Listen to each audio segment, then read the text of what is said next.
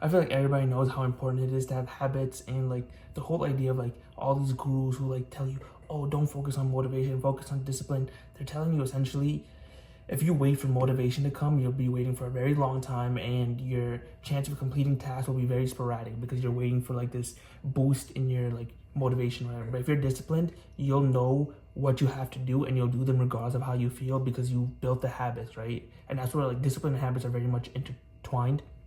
And so having very good, important habits that allow you to get the things done is very important. And as we know, it takes like 3 weeks to learn a habit, and also takes like, honestly, I think I don't know if it's been proven, but I read it somewhere where it's like it's actually harder to unlearn a habit rather than learn a new one. And if you are in the midst of like trying to unlearn a habit, you'll realize this. Like there's a lot. Like even think of like someone like a drug addict who's like trying to like let go of like whatever drugs, right? But like something even as simple as like people who like use vape pens or whatever. If you ever take one of them from them, they start going crazy and sporadic or whatever. They start acting up. But it's like it's really hard to break these habits because you go through like withdrawals and you feel like you need it and this and that, right? But the withdrawals are like really, really where it like starts hitting home, where it's like fuck, like I need that shit, or I can't handle like the sickness or whatever the case may be. Unlearning habits are just as hard, is even harder than learning new habits, but you need to focus on building good habits that replace the bad ones, right? So like that's another thing that I learned. It's very hard to like like cut out habits that take such a big majority of your time. Like if you were to cut out, like for me personally, right, I cut out Twitter, and it was relatively easy to cut out, but that's also because like I was so busy, right? So I didn't have enough time to even go on Twitter. But when I found myself having free time to like go on Twitter, read some thoughts, I want to laugh or whatever, right, I found it like I couldn't do it. And so the best way for me to replace Twitter was starting to read books, because essentially on Twitter you're just reading other people's thoughts and this and that on your phone. I read books on my phone, and so it was like a perfect replacement. It wasn't as stimulating, but it was more beneficial. So I got myself acclimated to like the lower stim over time. And this happens with a lot of things. Like if you stop, like I stopped watching, like I was never the type to watch movies, but I used to watch a lot of TV shows.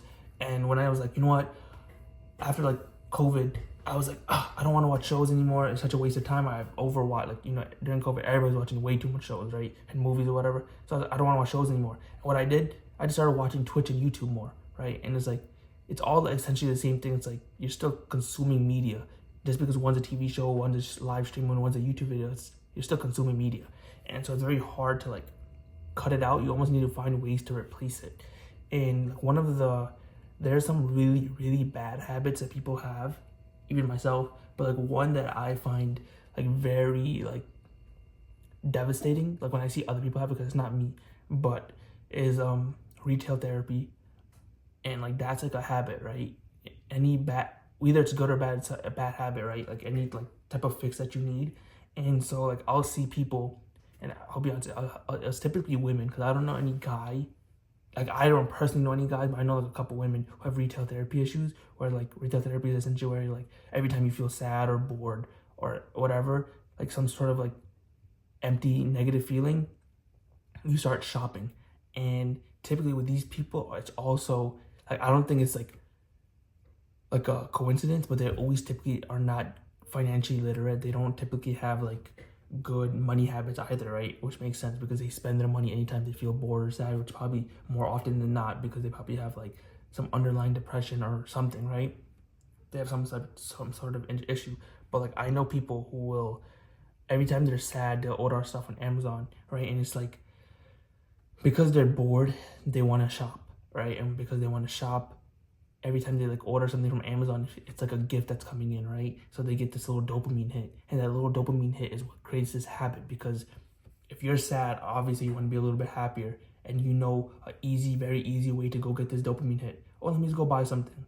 And then this happens. So every single time you feel sad, which can be multiple times throughout the day, you just go, oh, let me go buy something. Let me go buy something. But that dopamine hit is it's a small hit that you'll get right there when you press buy or whatever, and then you get it again when the box comes in. So it's like a self-reinforcing like negative thing, because like every single time you're sad, you buy something, you get a little bit of dopamine, and then you go on with life, and you become sad again, you do it again, and then you're like, oh, okay, I spent way too much money today, or whatever the case that gets you to stop. Maybe the day ends, and then the box comes in, you open it, you're like, oh my god, I forgot I ordered this and that. You get that little bit of dopamine hit, and then you remember it the next time you're sad, and you go order something again, and then the cycle continues and continues, and next thing you know, you're like spending all your money, you have no savings, and you're like in a house full of random shit. Like, I know so many people like this, and you're like, why would anyone do that? It's like, bro, they're literally obsessed with getting that little bit of dopamine hit because they don't understand how bad of a, they don't understand the self-reinforcing thing that they're doing, because it's like,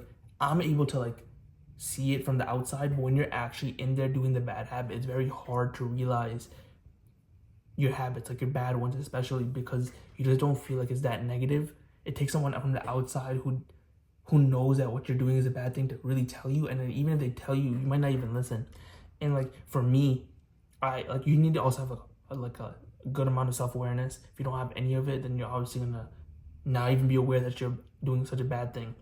For me, I feel like I don't have not that I don't have any bad habits. I do have bad habits, but they're just not as like bad per se. Like, you know, they're not like causing me to like go bankrupt or, you know, cause my lungs to be black or whatever, right? Like, my bad habits is like, I feel like I spend too much time in the gym, right? So my workouts are like 3 hours, which is like long. I know that, and it's like I'll be in the gym like 5 days a week. So it's like, could I be using that time better elsewhere? Maybe. And like, I tell people this, they're like, oh, I wish I had that bad habit. I want to be healthy, this and that, this and whatever. It's like, yeah, it sounds good from the outside, but on the inside, I'm like, there's like other tasks I need to accomplish and do and like work on, but I'm not doing it because I'm like tired or I'm working too much or this and that, right? Nonetheless, right? The best way to realize if you have a bad habit or not is just to stop it. And you're like, oh, well, obviously, but it's like, you not just stop it, you need to measure what happens. So what I did was, I constantly thought about this idea of like, that I was going to the gym too much and spending too much time there. So then when I got a new job, I became busy enough not to go to the gym or whatever. Like, you kind of need to get something to replace it for the time being, because that's like the only way to get it to stop, because it's very hard to just stop and do nothing all day, especially if it takes 3 hours is a good chunk of time. So like, what was I gonna do for the 3 hours? Nonetheless, right, when I got this job, I stopped going for the gym for 3 weeks. And in those 3 weeks, I measured all the differences in my life from when I was going to the gym versus not, right? I started gaining weight. I started getting acne. I started eating horribly. I wasn't sleeping enough because I wasn't tired. I started getting like crazy amounts of body dysmorphia because I felt like not only was I actually getting fatter, but my muscles started to like not look smaller. Like, they weren't getting smaller, but they started looking smaller because I wasn't getting active pumps. I was always tired. So because of that 3 weeks, I put on so much negative habits, negative things happened. I was like, okay, you know what? The gym is definitely worth it. Even if it takes this amount of time or whatever, over time I'll adjust it to make it less and less or whatever. I just need to fix the amount of time I spent in there, not the activity itself. And I still go to the gym for 3 hours, I'll be honest. But I know it's not a bad thing because of all the bad things that happened when I stopped going, right? And another one was like, I feel like I'm too obsessed with coffee, right? And so for a while, I would drink coffee every morning, and then I would like take a shit, and then I'll go to the gym, right? And my workouts are fantastic, right? Because I had like an empty, flat stomach, and then I had a bunch of caffeine, and the workouts were good, right? I was on an empty stomach, I was losing weight, whatever, right? And then like when I was like, I knew I wasn't obsessed with coffee at that point because I was only drinking it when I was like unemployed or whatever. And then when I got employed and I started drinking coffee and going to the gym after work and stuff, I was like, oh, I'm drinking way too much coffee. My teeth are gonna get yellow. I'm gonna get I'm gonna get bowel syndrome issues and all types of stuff, right? Because I looked into it. I don't want to get too addicted to caffeine either, right? Because my sleep schedule was a little bit off. So then when I was fasting, I had to not drink coffee for 30 days. And in those 30 days, I was like, before I even started, I was like, you know what, this will actually be good because I can measure how much like I'm addicted to coffee or whatever. And I kept telling myself I'm addicted because I was drinking it every day. But in reality, those 30 days, I was not feeding for coffee at all. I didn't care about it. I was still taking my shits regular. You know, most of the time I drink coffee so I could take shits and have energy. But I still had energy. I was still taking my shits. And I wasn't fiending. Like, if you're fiending for something, you know it's a bad habit. And no habit is a good habit, right? You should never be addicted. No addiction is a good addiction, right? You shouldn't be addicted to anything, right? So I thought I was addicted to the gym. I thought I was addicted to the coffee. Not addicted to either.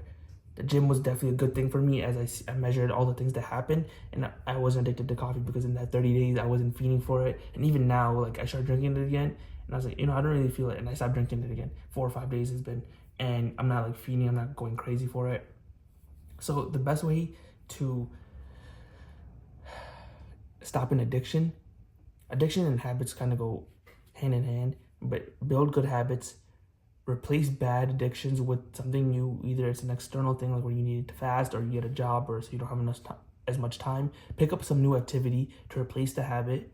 Measure the difference in how you feel, how your life is, everything when you drop that whatever bad addiction you had, and then justify whether it's good for you or bad for you. And most of the time, it will. If you kind of know if it's good or bad for you. Like I kind of knew the gym was good for me. I knew like from everybody, like all the research I did on coffee, I knew it wasn't bad for me. But you should never be addicted or reliant on anything, because you should be independent. You should know how to.